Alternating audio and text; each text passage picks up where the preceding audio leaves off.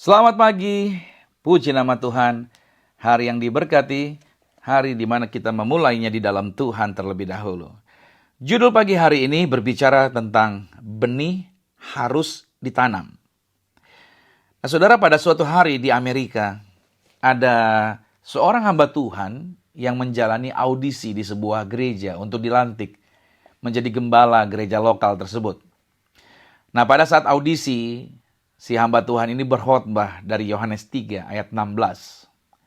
Semua orang yang hadir menyukainya, maka mereka memilih untuk hamba Tuhan ini menjadi gembala bagi mereka.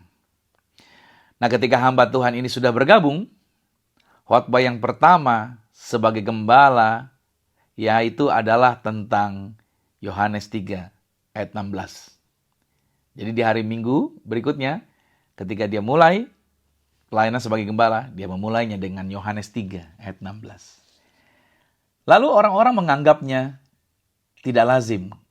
Karena mereka kemarin kan udah ya ngomong Yohanes 3 ayat 16. Mereka berpikir, entah bagaimana mungkin Bapak Gembala lupa nih. Walaupun tidak ada salahnya membawakan firman yang sama untuk diulang. Karena toh di Alkitab juga ada kitab ulangan sih, ya kan? Nah, para jemaat tidak mengatakan apa-apa. Mereka berusaha menerimanya. Lalu hari Minggu berikutnya, pesannya adalah tentang Yohanes 3 ayat 16 kembali. Nah, kali ini benar-benar mulai menjadikan orang-orang prihatin. Mereka mulai berbicara di antara mereka sendiri tanpa mengatakan apa-apa kepada sang gembala. Nah, lalu saudara, hari Minggu yang ketiga dan Minggu yang keempat, sang gembala kembali menyampaikan firman. Dan ia membawakan firman yang tentunya sudah Anda duga ya, betul. Yaitu Yohanes 3 ayat 16 kembali yang dia bawakan. Nah, ketika itu orang-orang sudah benar-benar gelisah.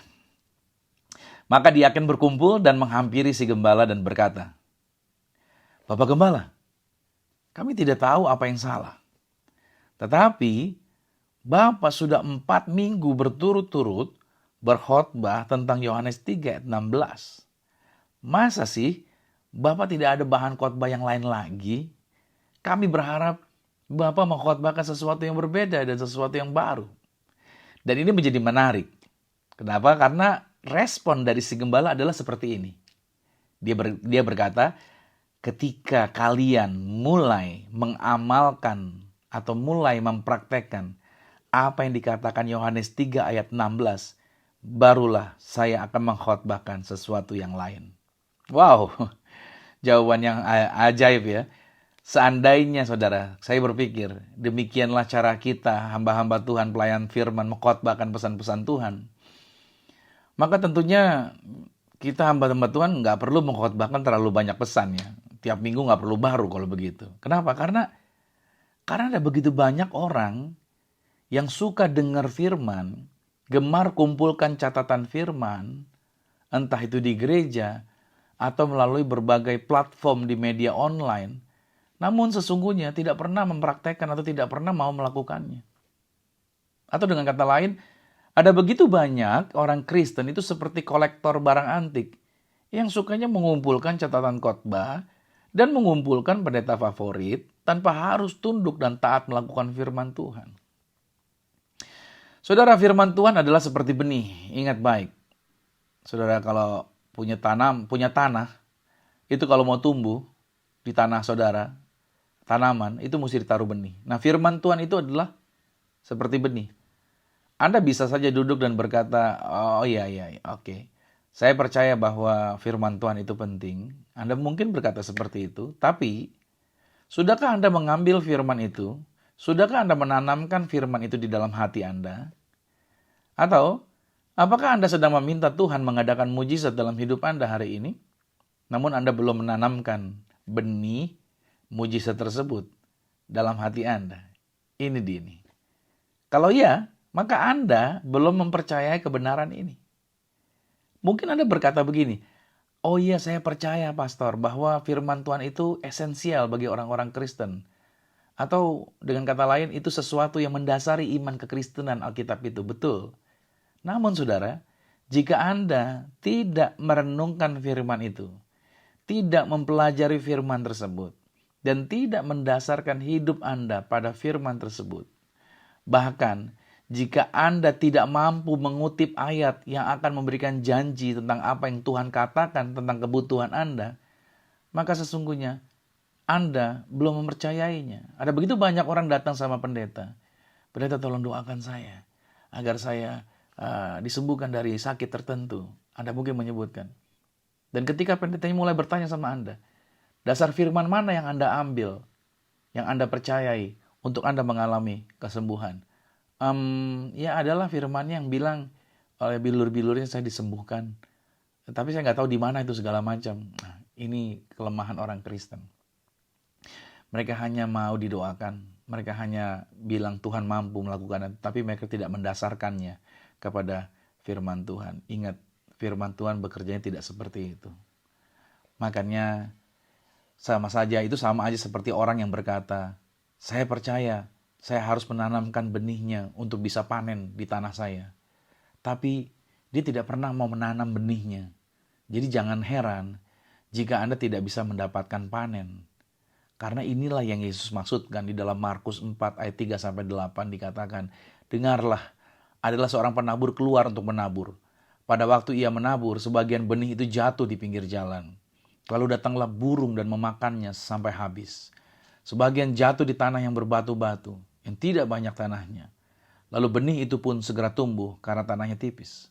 Tetapi sesudah matahari terbit, layulah ia dan menjadi kering karena tidak berakar. Sebagian lagi jatuh di tengah semak duri. Lalu makin besarlah semak itu dan menghimpitnya sampai mati, sehingga ia tidak berbuah. Ayat yang ke-8.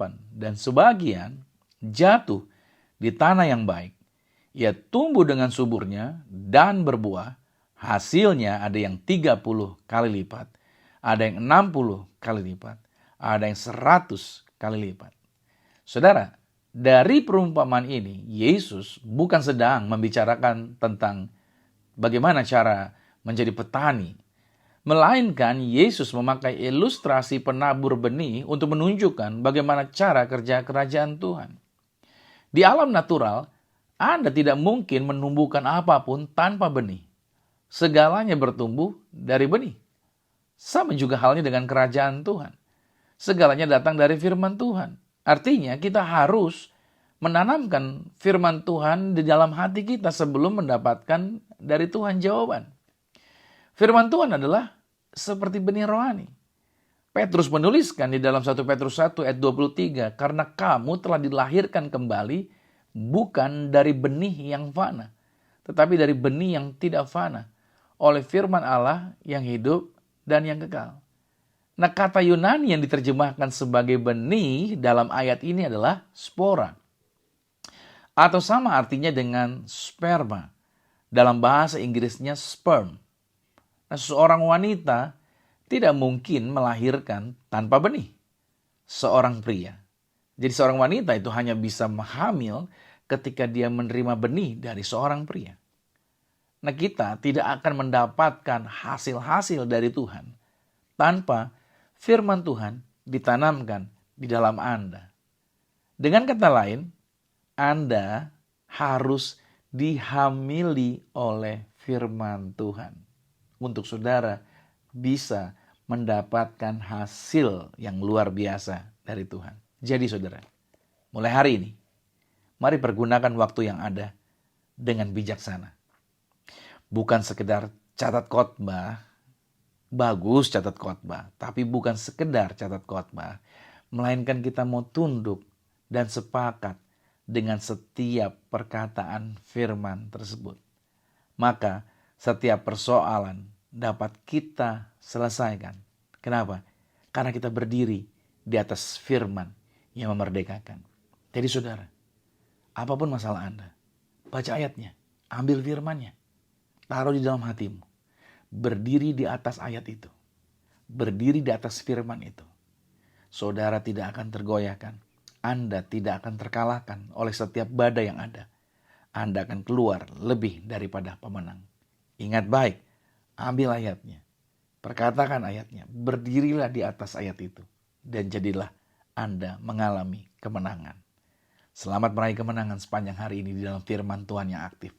Tuhan Yesus Kristus memberkati. Shalom.